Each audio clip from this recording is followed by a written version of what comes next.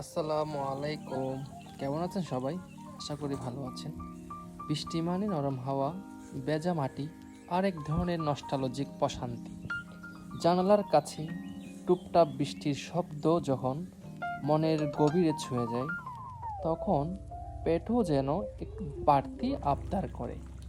এমন দিনে ঘরে বসে গরম গরম দেশি মুরগির পোলাও এই যেন এক স্বর্গীয় আয়োজন। দেশি মুরগির স্বাদই আলাদা। এতে থাকে প্রকৃতির ঘ্রাণ, থাকে গ্রামীণ জীবনের সাদামাটা ছোঁয়া। যখন এই মুরগি ধীরে ধীরে ভেজে নিয়ে সুগন্ধি চাল, ঘি, দারুচিনি, এলাচ, লবঙ্গ আর একটুখানি কেশরের সাথে এক হয়ে যায়, তখন পুরো ঘরটাই হয়ে ওঠে এক রসনার রাজ্য।